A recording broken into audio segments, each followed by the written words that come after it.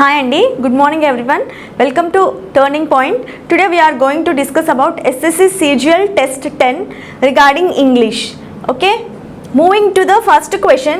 The first question is, moving to the first question.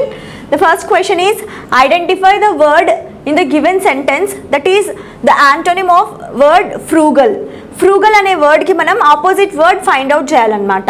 ఓకేనా, ఇచ్చిన సెంటెన్స్లో మనకి ఫ్రూగల్కి ఆపోజిట్ వర్డ్ ఉంటుంది, దాన్ని మనం ఐడెంటిఫై చేయాలి. ఓకేనా, ఫ్రమ్ దీస్ 4 ఆప్షన్స్ అన్నమాట. ఓకేనా, సో ఫస్ట్ మనం ఫ్రూగల్ అంటే ఏంటో చూద్దాం. ఓకేనా,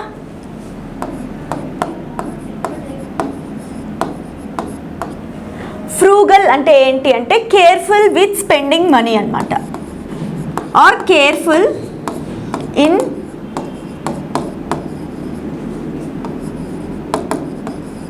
స్పెండింగ్ మనీ.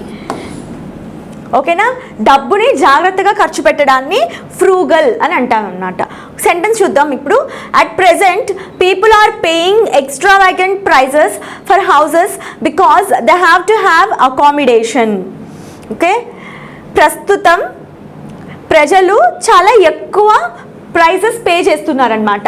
ఓకేనా, బికాస్ ఎందుకు అంటే వాళ్ళకి అకామిడేషన్ కావాలి, వాళ్ళకి నివసించడానికి ఒక ప్లేస్ కావాలి కదా, కాబట్టి ఎక్కువ ఖర్చు చేస్తున్నారు అని చెప్తున్నారనమాట హౌసెస్కి. సో ఇక్కడ మనకి ఫ్రూగల్కి ఆపోజిట్ వర్డ్ ఏముందో మనం ఫైండ్ అవుట్ చేయాలి ఈ సెంటెన్స్లో. ఓకేనా, ప్రైసెస్ అంటే ఏంటండి, ఖర్చులు ఆర్ ధరలు అన్నమాట. Cost of something or cost of anything is called prices అనమాట. అకామిడేషన్ అంటే ఏంటి, ఉండడానికి మనకి ఉండే చోటు అనమాట.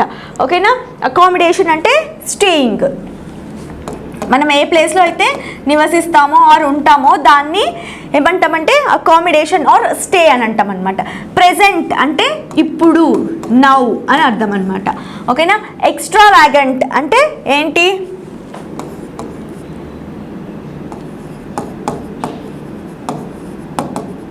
స్పెండింగ్ లాట్ ఆఫ్ మనీ, ఎక్కువ మనీని ఖర్చు చేయడం అనమాట. సో ఫ్రూగల్ అంటే ఏంటి, కేర్ఫుల్ ఇన్ స్పెండింగ్ మనీ అంటే ఆలోచించి ఖర్చు చేయడం అనమాట. బట్ ఎక్స్ట్రావాగెంట్ అంటే ఏంటి, ఎక్స్ట్రావాగెంట్ అంటే ఎక్కువ ఖర్చు చేయడం అనమాట. సో ఫ్రూగల్కి ఇక్కడ ఆపోజిట్ వర్డ్ ఏంటి ఈ సెంటెన్స్లో, ఎక్స్ట్రావాగెంట్. కాబట్టి మనకి ఎక్స్ట్రావాగెంట్ అనేది ఆన్సర్ అనమాట. Option 4 is the answer. Okay, next question చూద్దాం. Select the incorrectly spelt word. Okay, horticulture, ignition, copulate and portion అన్నమాట. ఓకే, హార్టికల్చర్ అంటే చూద్దాం. HORTICULTURE. హార్టికల్చర్ అంటే కల్టివేషన్ ఆఫ్ ఫ్రూట్స్ అనమాట. ఎస్పెషల్లీ ఫ్రూట్స్ని ఒకటే కల్టివేట్ చేస్తే దాన్ని మనం హార్టికల్చర్ అని అంటాం అనమాట. ఇగ్నిషన్. ఓకేనా, ఇగ్నిషన్ అంటే స్పెల్లింగ్ IGNITION, ఇగ్నిషన్ అనమాట. ఇగ్నిషన్ అంటే టు సెట్ ఫైర్ అనమాట, నిప్పు పెట్టడం. ఓకేనా, టు సెట్ ఫైర్. సో ఏంటి మనకి second option is the incorrect word అనమాట. ఎందుకంటే S should be replaced with T అనమాట. అండ్ కోప్యులేట్ అంటే హ్యావింగ్ సెక్స్ అనమాట.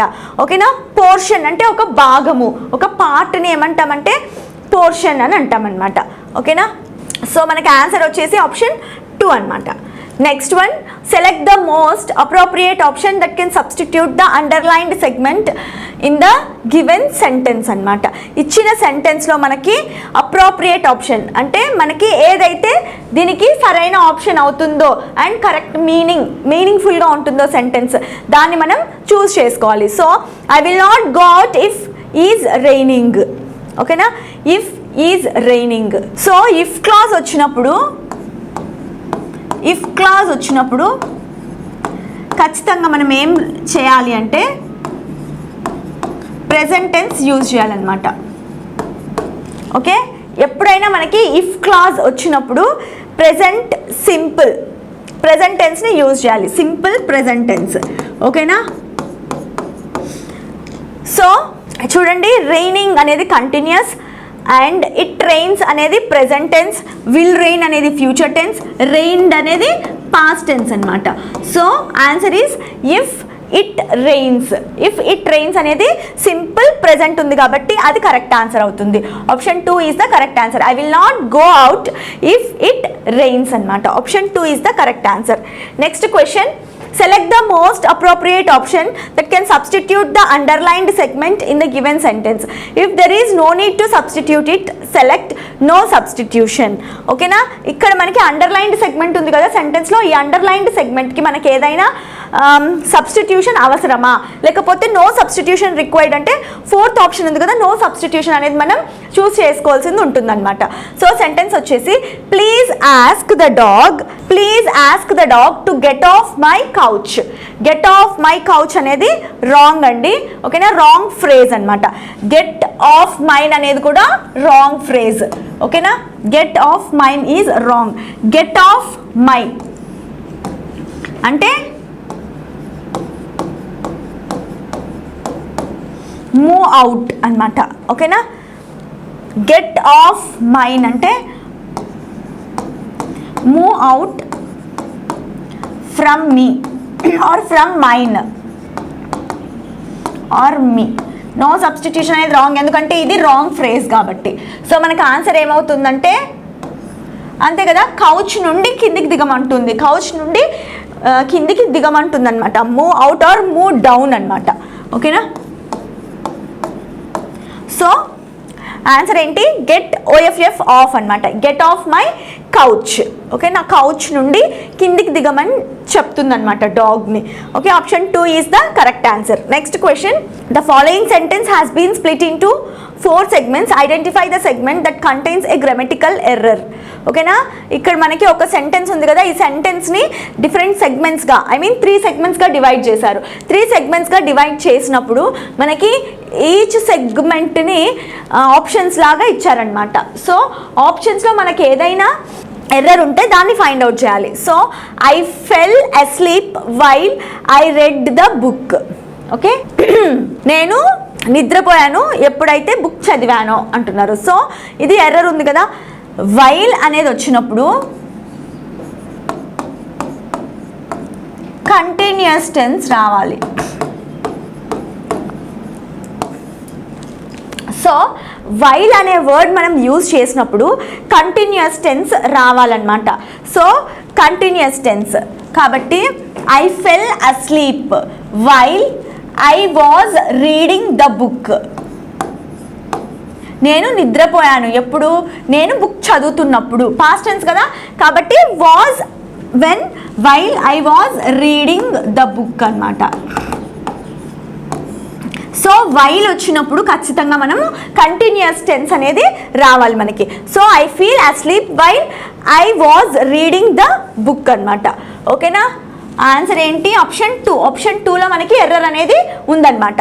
సో నెక్స్ట్ క్వశ్చన్ చూద్దాం. Next question is, select the most appropriate antonym of the underlined word. Okay, underlined వర్డ్కి మనం opposite వర్డ్ని find out చేయాలన్నమాట. అండర్లైన్డ్ వర్డ్ వచ్చేసి lonely. Okay, those streets are very lonely. Lonely అంటే alone, ఒంటరిగా ఉండడం అన్నమాట. ఓకేనా, క్రౌడెడ్ అంటే ఏంటి,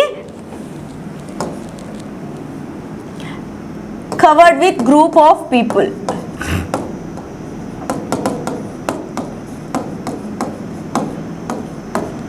ఆర్ లాట్ ఆఫ్ పీపుల్ అన్నమాట. గ్యాదరింగ్స్ ఎక్కువగా ఉంటే దాన్ని క్రౌడెడ్ అని అంటాం. ఓకేనా, ఐసోలేటెడ్ అంటే ఏంటి, ఒంటరిగా ఉండడం అన్నమాట, అలోన్. ఎంప్టీ అంటే ఖాళీగా ఉండడం అన్నమాట, నాట్ హ్యావింగ్ ఎనీథింగ్.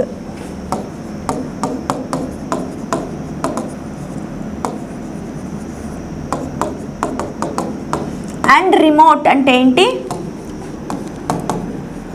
ఫార్, దూరంగా ఉండడం అన్నమాట. ఓకేనా, రిమోట్ ఏరియాస్ అంటాం కదా, సో దూరంగా ఉన్న ఏరియాస్ అని అర్థం. సో లోన్లీ అంటే అలోన్ అండ్ దానికి ఆపోజిట్ వర్డ్ ఏంటి, లాట్ ఆఫ్ పీపుల్ అన్నమాట, క్రౌడ్.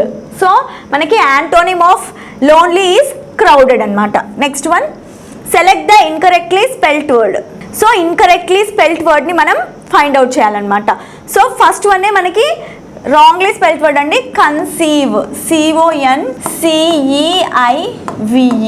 ఓకేనా, CIEVE కాదు, CEIVE విఈ అనమాట. కన్సీవ్ అంటే ఏంటి అంటే టు ఇమాజిన్, ఊహించుకోవడం అనమాట. డిటెక్ట్ అంటే టు నో అనమాట.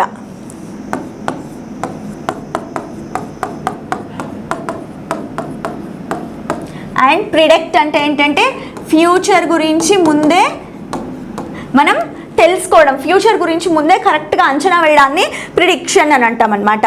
స్టిమ్యులేషన్ ఆర్ స్టిమ్యులేట్ అంటే ఏంటంటే ఎంకరేజ్ చేయడం ఆర్ ప్రేరేపించడం ఆర్ మోటివేట్ చేయడం అని అర్థం అనమాట. ఓకే, సో మనకి ఆన్సర్ వచ్చేసి this is the wrongly spelled word, that is conceive, CONCEIVE is the correct word అనమాట. నెక్స్ట్ క్వశ్చన్ చూద్దాం. Select the most appropriate option that can substitute the underlined segment in the given sentence అనమాట.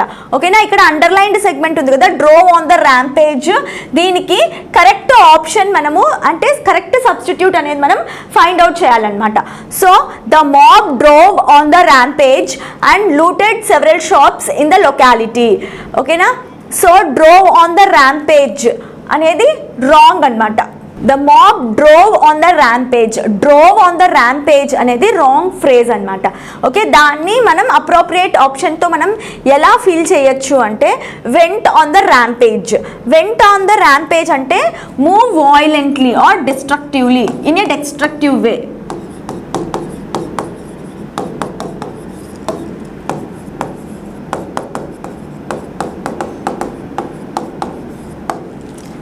ఓకేనా, move violently in a destructive way అనమాట. ఓకేనా, దీనికి డ్రో on the ర్యాంపేజ్కి exact appropriate option వచ్చేసి option 2 అనమాట. Play on the rampage is wrong, ran on the rampage and strolled on the rampage కూడా wrong అనమాట. ఓకేనా, మాబ్ వచ్చేసి చాలా వాయిలెంట్గా డిస్ట్రక్టివ్ వేలో వచ్చేసి షాప్స్ మొత్తాన్ని లూట్ చేసేసింది అని అర్థం అనమాట. Move violently or destructively. Next question, select the option that can be used as a one word substitute for the given group of words. ఓకేనా, ఈ సెంటెన్స్కి వన్ వర్డ్ సబ్స్టిట్యూట్ ఏమవుతుందో మనము చూడాలన్నమాట. So sentence is a secret plan made to do something usually wrong అనమాట. Secret ప్లాన్ని మనం one word సబ్స్టిట్యూట్లో ఈ 4 ఆప్షన్స్లో దేన్ని సెలెక్ట్ చేసుకుంటాం. ఓకేనా, ఏది కరెక్ట్ అవుతుంది? స్ట్రాటజీ అంటే ఏంటంటే ఒక ప్లాన్ అనమాట. ఏదైనా మనం సాల్వ్ చేయడానికి లేకపోతే ఏదైనా మనం అచీవ్ చేయడానికి వేసుకునే ప్లాన్ని మనం ఏమంటామంటే స్ట్రాటజీ అని అంటామన్నమాట. ప్లానింగ్ అంటే కూడా స్ట్రాటజీ అని అర్థం. కండిషనింగ్ అంటే రూల్స్ పెట్టుకోవడం అనమాట, కండిషన్స్ పెట్టుకోవడం. కాన్స్పిరసీ అంటే ఏంటంటే సీక్రెట్ ప్లానింగ్ అనమాట. కాన్స్పిరసీ అంటే సీక్రెట్ ప్లానింగ్. సో మనకేమవుతుందండి ఇక్కడ secret plan made to do something, that is option 4 is the correct word అనమాట దానికి. ఓకే, నెక్స్ట్ క్వశ్చన్ చూద్దాం. Sentence of a paragraph are given below in the jumbled order, arrange the sentences in the correct order to form a meaningful and coherent paragraph అన్నారనమాట. ఓకేనా, ఇక్కడ మనకి ఇచ్చిన sentences అన్ని జంబుల్డ్గా ఉన్నాయన్నమాట. దాన్ని మనం కరెక్ట్గా ఒక కరెక్ట్ మీనింగ్ఫుల్ పారాగ్రాఫ్ వచ్చేలాగా మనము దీన్ని జంబుల్ని కరెక్ట్గా అరేంజ్ చేయాలి. ఓకే, జంబుల్డ్ పారాగ్రాఫ్ని కరెక్ట్గా అరేంజ్ చేయాలన్నమాట. సో ఇట్లా ఇచ్చిన జంబుల్డ్ వర్డ్స్లో మనము ఫస్ట్ చూడాల్సింది ఏంటి అంటే ఇంట్రడక్షన్ సెంటెన్స్ ఏముంది, ఫస్ట్ ఇంట్రడక్షన్ సెంటెన్స్ని ఫైండ్ అవుట్ చేయాలన్నమాట. సో ఈ 4 ఆప్షన్స్ నుండి 4 sentences నుండి మనకి ఇంట్రడక్షన్ సెంటెన్స్ ఏమవుతుంది? So after a few months the 2 countries engaged in the Kargil war. No, ఇది ఇంట్రడక్షన్ సెంటెన్స్ అవ్వదన్నమాట. Furthermore a number of violent wars were fought between India and Pakistan. Furthermore a number of violent అంటే ఇది ఇంటర్లింక్గా అనిపిస్తుంది కానీ introduction line అనిపించట్లేదు అనమాట. So అది కూడా wrong. So in February 1999 during the winter invasion India and Pakistan signed the Lahore declaration which was predicted on peace అనమాట. So మనకి సి అనేది ఏమవుతుంది? ఇంట్రడక్షన్ సెంటెన్స్ అవ్వచ్చు. డి కూడా చూద్దాం. The engagements were extremely challenging for the Indian army since they had to fight on rough rocky terrain. So C అనేది introduction line అనమాట. ఓకేనా, సి అనేది ఇంట్రడక్షన్ లైన్ అవుతుంది. నెక్స్ట్ చూద్దాం, ఇక్కడ సిడీనా సిఏనా ఈ రెండు ఎలిమినేట్ చేసేయచ్చు అనమాట.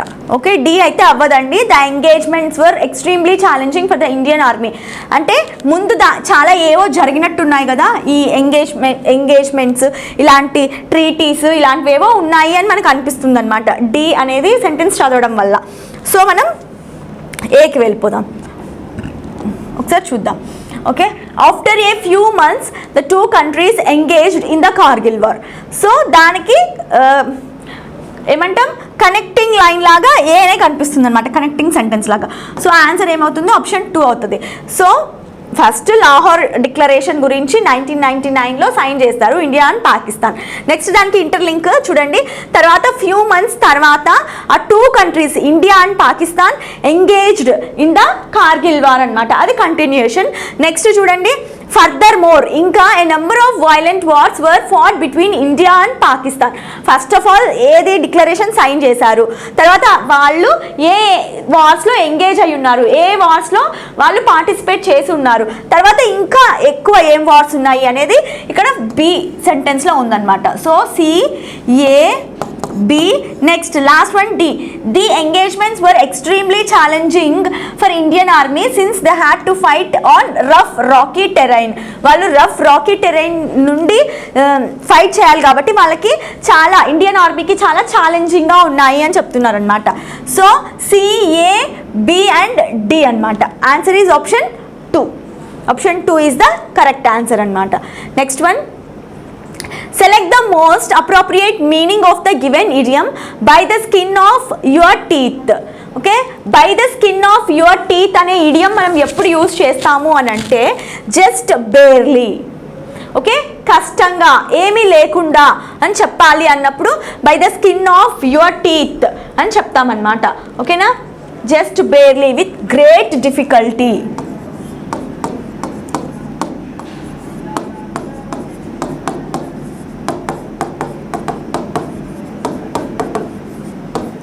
With great difficulty or nothing, ఏమీ లేకుండా. బేర్లీ అంటే నథింగ్ అని అర్థం అనమాట. ఓకేనా, so by the skin of your teeth అంటే మనం జస్ట్ బేర్లీ అని చెప్పాలి, ఏమీ లేకుండా లేకపోతే చాలా అతి కష్టం మీద అని చెప్పాల్సినప్పుడు మనం by the skin of your teeth అనే ఇడియంని యూజ్ చేస్తామన్నమాట. నెక్స్ట్ క్వశ్చన్ చూద్దామండి.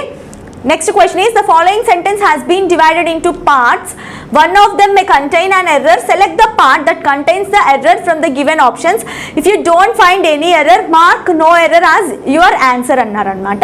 ఓకేనా, సో ఇక్కడ ఇచ్చిన సెంటెన్స్ని డిఫరెంట్ సెగ్మెంట్స్గా డివైడ్ చేసి దాన్ని మనకు ఆప్షన్స్ లాగా ఇచ్చారు. సో ఇక్కడ ఎక్కడ ఆప్షన్స్లో మనకి ఆర్ సెగ్మెంట్స్లో ఎక్కడ మనకి ఎర్రర్ ఉందో దాన్ని ఫైండ్ అవుట్ చేయాలన్నమాట. ఓకేనా, so sentence is I can't talk right now. Okay, I can't talk right now, I am being really busy, I call you later అన్నారు. నేను ఇప్పుడు నీతో మాట్లాడలేను ఎందుకంటే నేను చాలా బిజీగా ఉన్నాను, సో నేను నీతో తర్వాత మాట్లాడతాను అని చెప్తున్నారనమాట.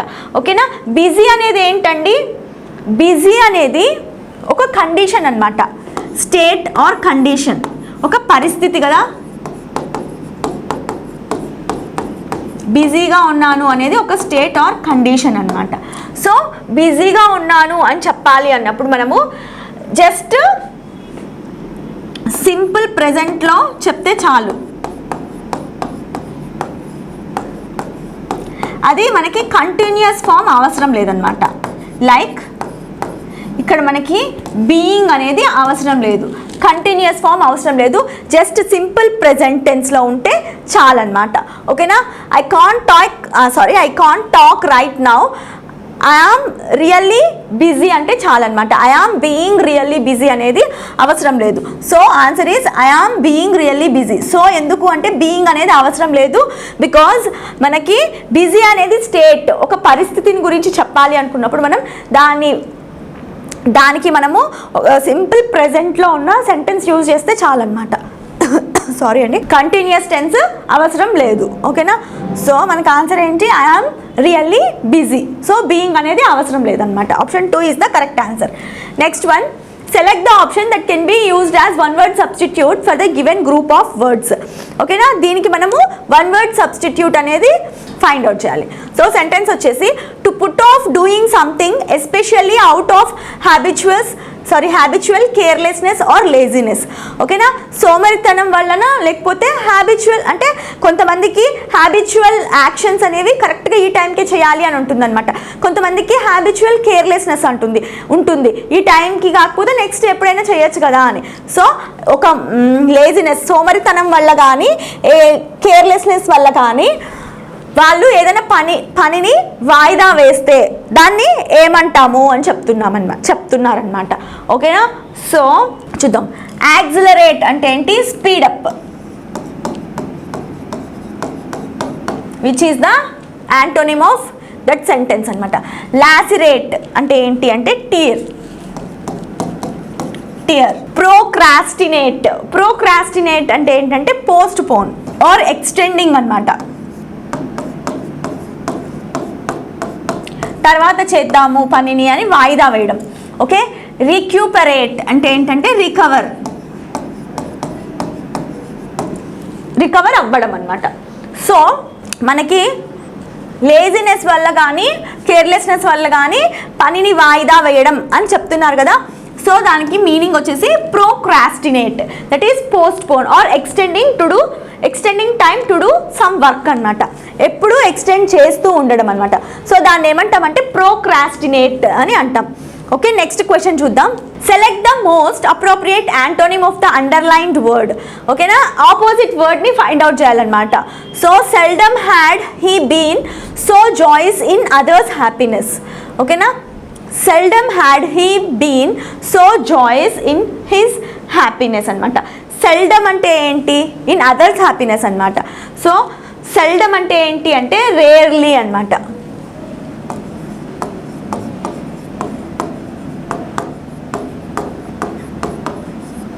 ఓకే, సెల్డమ్ అంటే రేర్లీ, అరుదుగా అని అర్థం అనమాట.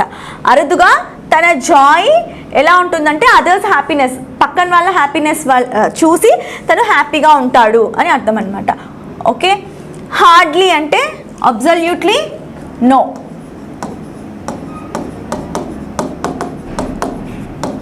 ఎప్పుడు కాదు అని అర్థం అనమాట, లేకుండా అని అర్థం.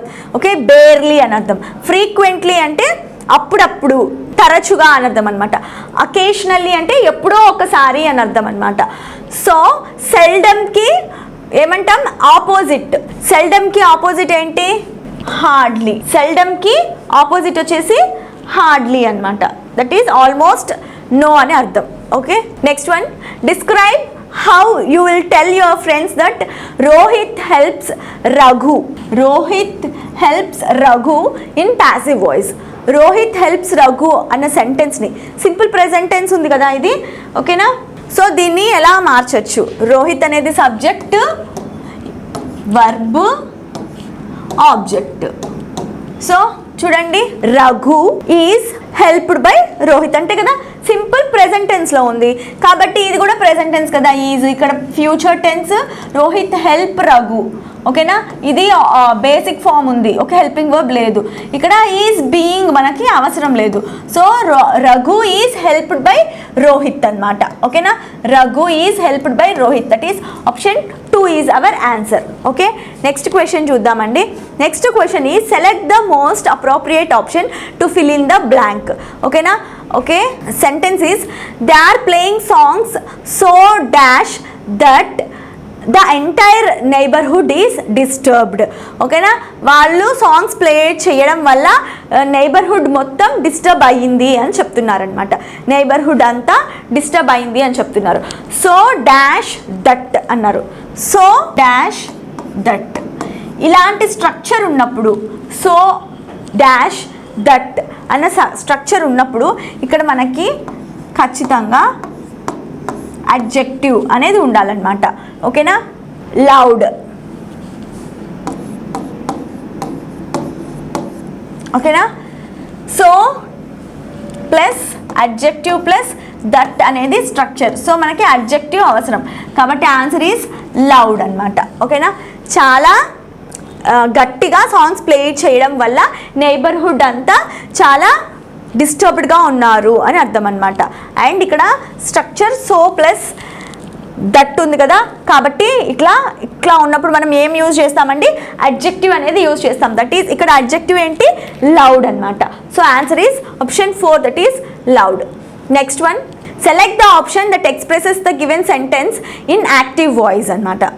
So the cards were, okay, passive వాయిస్లోకి మనం కన్వర్ట్ చేయాలి. The cards were being distributed by her to her friends అనమాట. Cards were being distributed, past కంటిన్యూస్లో ఉంది. ఓకేనా, వర్ బీయింగ్ డిస్ట్రిబ్యూటెడ్, ఇది మనము ప్యాసివ్ వాయిస్లోకి కన్వర్ట్ చేయాలి. So object is her friends కదా. సో ఇది మొత్తం చూసిన వెంటనే మనం ఎలిమినేట్ చేసేయచ్చండి. హర్ ఫ్రెండ్స్ అనేది ఇక్కడ హర్ ఫ్రెండ్స్ అనేది మనకి సబ్జెక్ట్ రావాలి ప్యాసివ్ వాయిస్లో, బట్ షీ అని ఉంది, ద కార్డ్స్ అని ఉంది, హర్ కార్డ్స్ అని ఉంది. So option 2 is the correct answer. That is her friends were distributing the cards for her, అంతే కదా. పాస్ట్ కంటిన్యూస్ కాబట్టి వర్ డిస్ట్రిబ్యూటింగ్ అనమాట. పాస్ట్ ప్లూరల్ కదా, so were distributing the cards for her. ఇక్కడ the cards were being distributed by her, for her అనమాట. So answer is option 2. Next question, select the most appropriate antonym of the underlined word అనమాట. That is disgrace. డిస్గ్రేస్కి మనం opposite వర్డ్ని find out చేయాలి. That is he brought disgrace to his family by being involved in illegal activities. Okay, illegal యాక్టివిటీస్లో తను participate చేయడం వల్ల, illegal యాక్టివిటీస్లో involve అయ్యి ఉండడం వల్ల తను తన ఫ్యామిలీకి చాలా అవమానం తీసుకొచ్చాడు అని అర్థం అనమాట. ఓకేనా, డిస్గ్రేస్ అంటే అవమానం అనమాట. ఓకేనా, షేమ్. ఓకే,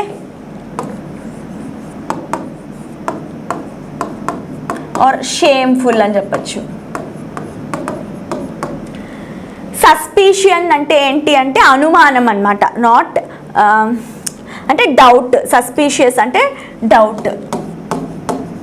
షేమ్ అంటే కూడా డిస్గ్రేస్ అనమాట. డిస్కార్డ్ అంటే ఏంటి, డిస్కార్డ్ అంటే పడేయడం అనమాట. ఓకేనా, ఆనర్ అంటే ఏంటి అంటే, ఆనర్ అంటే opposite of disgrace, that is ప్రౌడ్గా ఫీల్ అవ్వడం అనమాట. ఓకేనా, గౌరవంగా ఫీల్ అవ్వడాన్ని ఏమంటామంటే డిస్కార్డ్ అంటే క్వారల్, గొడవ. ఆనర్ అంటే ఏంటి అంటే ప్రేజ్ చేయడం అన్నమాట, ఆర్ ప్రౌడ్గా ఉండడం. సో మనకి డిస్గ్రేస్ అంటే ఏంటి, అవమానం కదా. So proudness is the opposite word for disgrace అన్నమాట.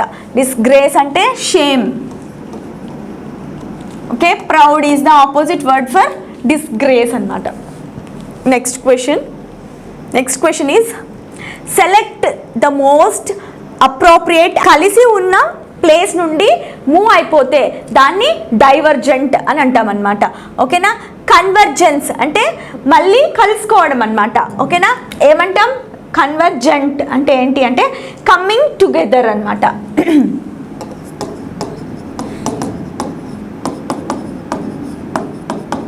మళ్ళీ దగ్గరికి రావడాన్ని ఏమంటామంటే కన్వర్జెన్స్ అని అంటాం అనమాట. ఎగ్జిస్టెన్స్ అంటే ఏంటి అంటే ఉనికి, అంటే ఉంది అని చెప్పడం అనమాట. ఎగ్జిస్ట్ అయి ఉంది అంటే ఉనికి, బీయింగ్ అలైవ్ అని అర్థం అనమాట. Being alive. ఓకేనా, రెసిలియన్స్ అండ్ ట్రాన్సియన్స్. ఓకేనా, రెసిలియన్స్ అంటే ఏంటి అంటే, రెసిలియన్స్ అంటే ability to recover from difficulties అన్నమాట.